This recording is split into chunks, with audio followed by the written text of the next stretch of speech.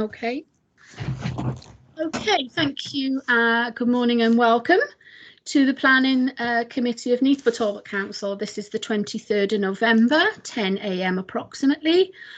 This meeting will be taking place over the Teams protocol, which you will have already be very well aware of, but namely, please switch your microphones to mute unless I call on you to speak. Please do not use the chat button at all for entering in debate. That is only to register any technical difficulties to members of Democratic Services or myself. For members of the public who may be here, it's lovely to have your presence, but you may not take part in the meeting and you may not use the chat. So it's lovely to have your participation, but it is only for viewing. Okay. That being said, that's my welcome. On the agenda then, I'll go to the roll call, and if you could at the same time, Tammy, take any matters of interest, because I will assume that all the members have read the reports beforehand. That's great, Chair. Thank you very much. So I shall start the roll call and declarations of interest. With yourself, Chair, you were clearly present. Do you have any declarations of interest? I am present. I have no declarations to make. Thank you, Chair. Same questions to Vice Chair, Councillor Sean Percy, please. Present, Tammy, and no declarations. Thank you. Thank you. I'll go through councillors. I'll ask if you're present and do you have any declarations of interest. Councillor Dennis Keogh. I am present, Tammy, and I have no declarations of interest. Thank you. Thank you. Councillor Steve Hunt. I'm here, Tammy, and I have no declarations of interest to declare. Thank you. Thank you. Councillor Arwyn Woolcock. Yes, I'm present, Chair. No interest to declare. Thank you. Councillor Suzanne Renkers. Present, no interest to declare. Thank you. Councillor Rachel Taylor. I'm present, Tammy, and I've got no declaration of interest. Thank you. Councillor Chris Williams. Present, Chair, and no declaration of interest. Thank you. Councillor Mark Prothero. Present, thanks, Tammy, and no declarations of interest. Thank you. We have had apologies, Chair, from Councillor Ros Davis and Councillor Rydian Maizan. I don't believe Councillor Scott Bamsey's present. Is that correct, Councillor Bamsey? Speak if you're there. No, okay. I'll move on to attendance from officers, Chair. Planning officers, Steve Ball. Yes, good morning, everybody. Thank you. And Stephen Jenkins. Hey, good morning, everyone. Morning. Legal officer, Mike Shaw. Yes, thank you, Tammy. Thank you. And myself, Tammy Davis, Democratic Services Officer. Have I missed anybody off the roll call? No, Chair, there we go. That's complete. And can you confirm we are quorate for this meeting, Tammy? We are quorate, Chair, yes. Thank you very much. Okay. Item 3 on the agenda is the minutes of the previous meeting. They can be found on pages 5 to 9, I believe. Can I have a proposal that they are an accurate record, please? Move, Chair. Oh, thank you, Steve. Thank you, Councillor Hunt. Seconder? I'll second that, Chair. Oh, thank you, Vice Chair. Okay, thank you very much. So those are ratified. Item 4 on today's agenda, as always, is a request for site visits. I've had none. Tammy, have you had any? No. Okay. Therefore, then we will go to item 5, which is our one decision-making item on today's agenda. So if I can just get back to the page, beg your pardon. My iPad is a little slower than me, believe it or not. Okay, so the report starts on page 9 and it is P 2014/0825, and this is before us for a further resolution. We have had this at committee before, and I'm sure Mr. Ball will explain fully to the committee. Mr. Ball, please. Of course. Thank you, Chair, and good morning again, everybody. I do have the presentation that was presented last time, and I will put it on the screen just purely if members want to have something in front rather than my face, probably.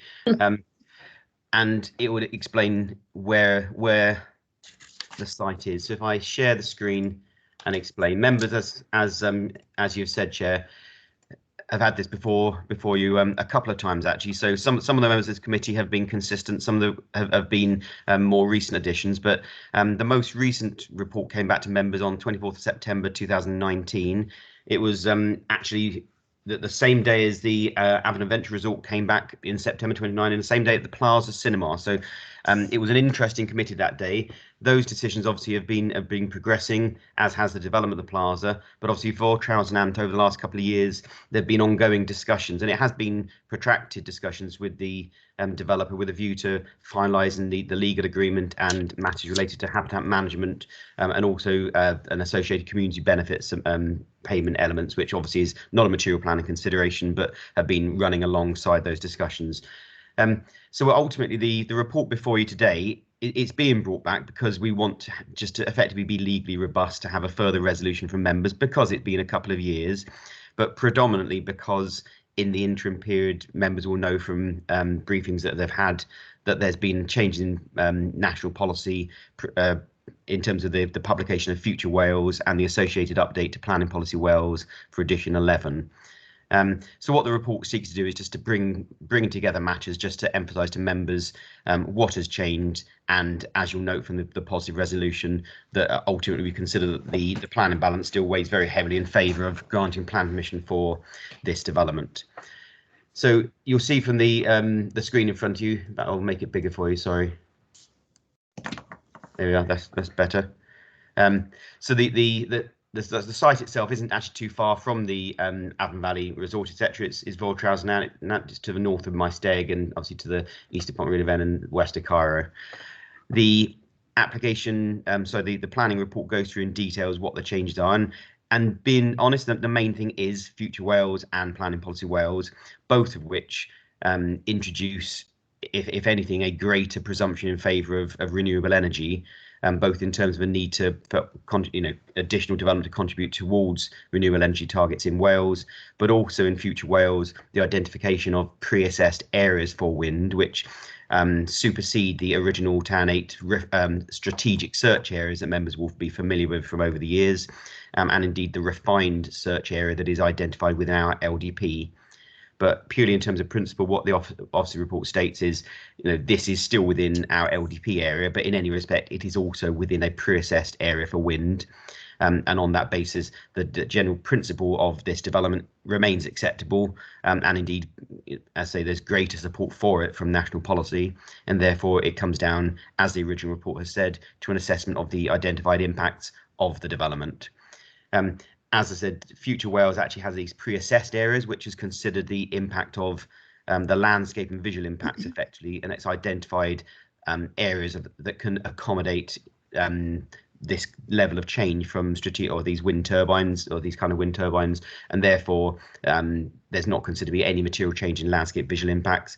And the report goes into all the different details of what all the other associated impacts, and effectively saying that there's no change to the resolution that's been brought forward. There's no requirement for us to provide additional information or to effectively come to any other logical conclusion than members did before in 2 years' time, 2 years ago, that planning permission should be granted subject to the conditions set out in the report.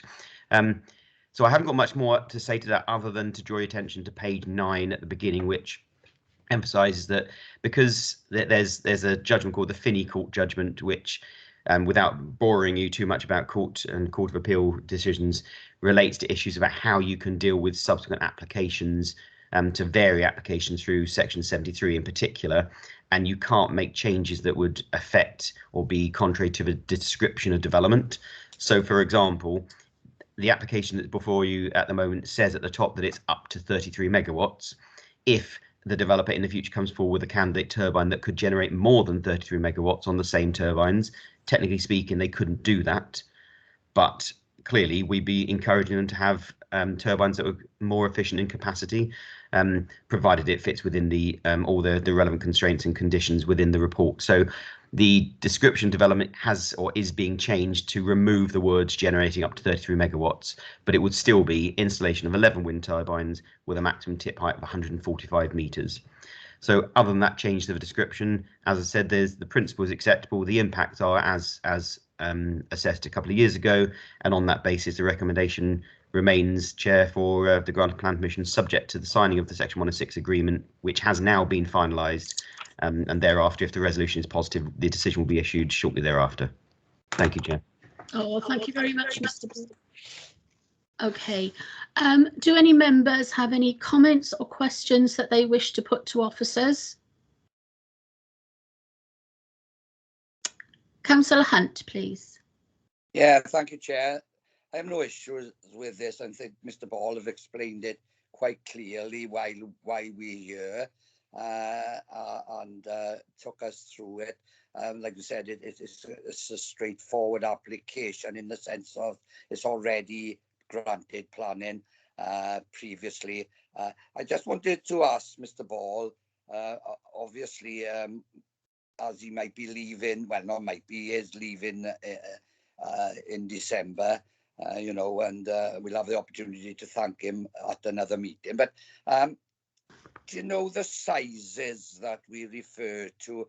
Can I just ask you, Steve, that obviously, and I appreciate you say about going up with output of megawatts, and maybe those turbines themselves predominantly could, with alterations, deliver a higher capacity of electricity. But in many circumstances, the turbines themselves may have to go to greater heights and spans of the turbines themselves. Now, under this particular application as it stands, would a new application, if that was to be the case, have to be submitted in change of size?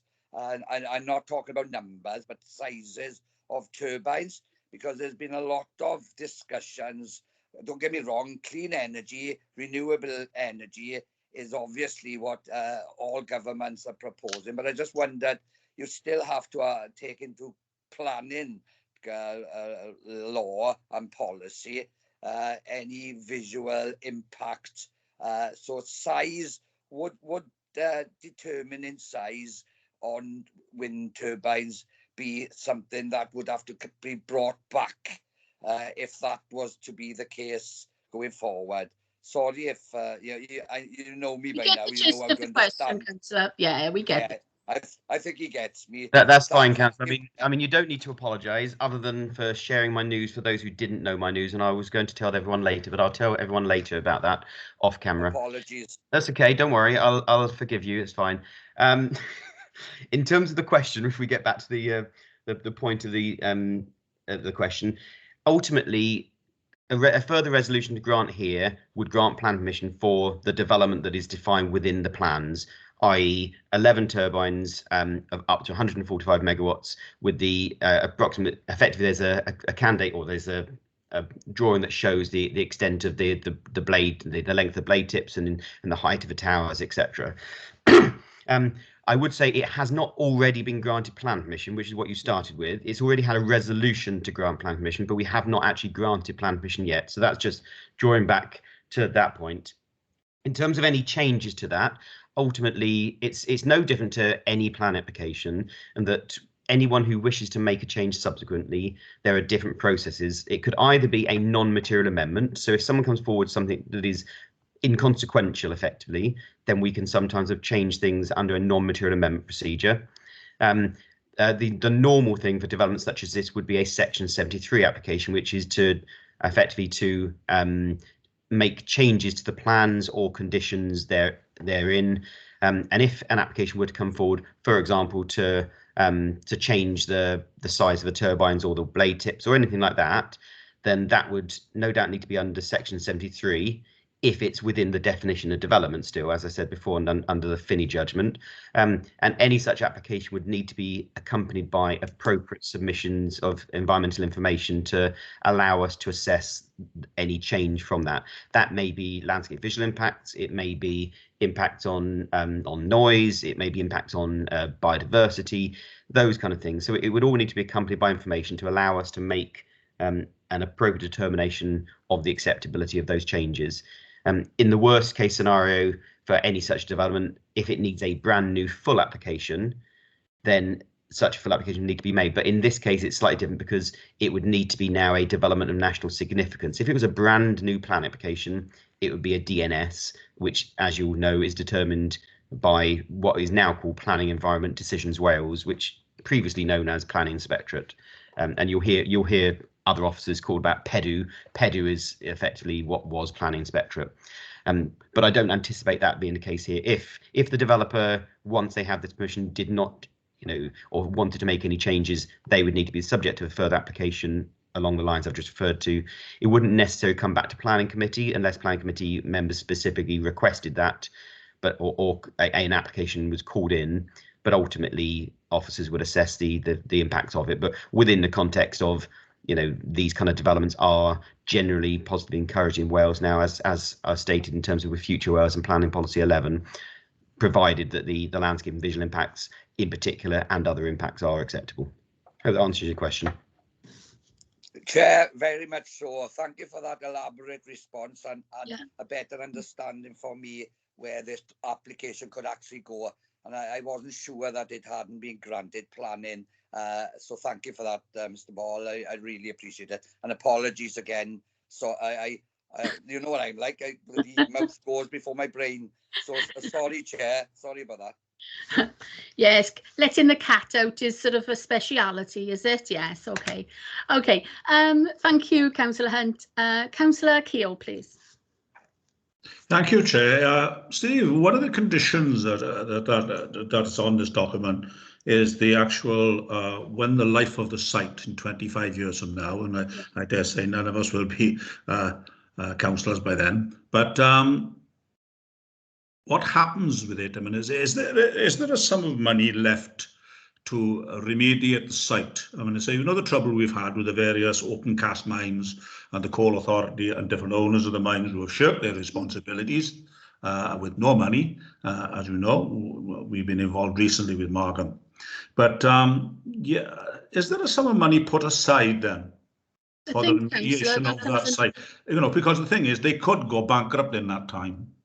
Yeah, I think, Councillor, that comes under point 2 of the approval comments. I would defer to Mr. Ball, but point 2 says to secure a bond to cover the scenario that the applicant cannot fulfil its obligation for the decommissioning of the scheme. Councillor Ball, is that correct? Councillor Ball, yes. Sorry, I've demoted you again. Sorry. Thank you for that. You're absolutely correct, Chair. There is a decommissioning bond, and that's what we as a council do seek to achieve whenever practical and possible on these developments. Just for that scenario, it's very rare that would happen because ultimately there's value in the turbines and the materials, etc. Anyway, but yeah, we do have that, and that's already been secured through the legal agreement that's been drafted. So I'm quite comfortable in this case that is covered, that eventuality. Happy with that response, Councillor Keogh? More than happy, Chair. Thank you. Thank you. Anybody else wishing to ask a question or comment before I take the committee to the resolution recommendations? I don't see any. Tammy, do you see anybody? No, Chair, I see none. Okay then, in that case, may I take committee to the recommendations which are to be found on page 23. Which are to approve subject to the section 106 agreement and the following heads of terms, which I am not going to read in detail, but you all have them in your packs. There's 1, 2, 3, 4, 5, 6. 6 detailed points under number 1 and then number 2. So can I have ask somebody to propose, please? Happy to move the recommendation, Chair. Thank you, Councillor Hunt. A seconder? I support that, Chair. Councillor Keogh, thank you very much. Are we still going through individually, Tam, for votes? Yes, please. Yes. You can take the roll call then, please, so the remaining members and those who've proposed and seconded. Thank you, Chair. So if I could ask you all to confirm that you've been present for the whole item, please, when giving me your decision. Okay, so Chair, have you been present for the whole item and how do you wish to vote? I have been present throughout and I wish to vote for the recommendation.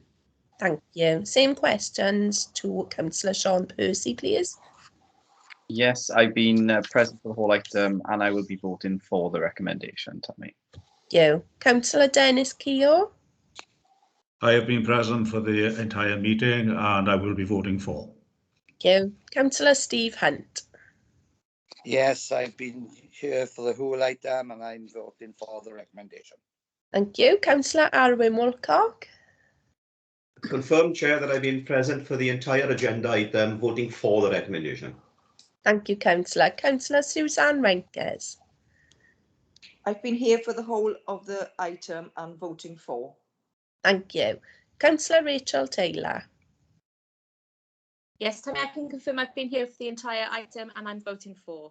Thank you. Councillor Chris Williams. Yes, Chair, I confirm I've been present for the whole meeting and I'm voting for the recommendation. Thank you. And finally, Councillor Mark Prothero, please. Thanks, Tammy. Yes, confirm I've been here for the whole meeting and I will be supporting the recommendation. Thank you, Councillor. Chair, that application has been approved. Thank you very much, Tammy, and thank you, committee. Item 6 is urgent items. I have no urgent items. So that concludes the business of the planning committee today. But seeing as Councillor Hunt has breached the Rubicon, so to speak, about Mr. Ball, I would like to inform committee that the next meeting of the planning committee will be Mr. Ball's last meeting with us. He is off to pastures new, and he may wish to tell you a bit further what his plans are at the next meeting. But if you do wish to attend Mr. Ball's last meeting, it will be next time, and please make every effort to attend, at which time I'm sure that members of the committee would wish to give him their thanks and wish him all the best. So we will do that at the next meeting. I'm desperately trying to find a room that we may be able to hold this at least for the senior officers and the planner, chair and vice chair. If not all, we can't get all members in at the moment. The chamber is, as we speak, being fitted out so that will be possible in the future. So please make every effort to attend next time, as it will be Mr. Ball's last meeting. Mr. Ball, you don't wish to say anything right now? I was going to say, should we stop recording now? Just no, it's okay. That'll be perfectly okay. Yeah. no, I mean, I wanted to just say, I mean, I've had 8 years here, and I have been offered another job, which I'm shortly going to give notice in, and yeah, so I'll be gone by the middle of December. So it is with some regret in terms of the exciting times ahead in Neath Town, but there's plenty going on that about, and other stuff that will come before you in due course that you will be very excited about as well. It is very, very exciting times for Neath Town, but there's such a lot of development going on. There's such a lot of potential in the area, and I think as an authority, we're on the up, both in terms of tourism and commercial and industrial development. So I do think I like to think I leave you in a good place, albeit with a very challenging time.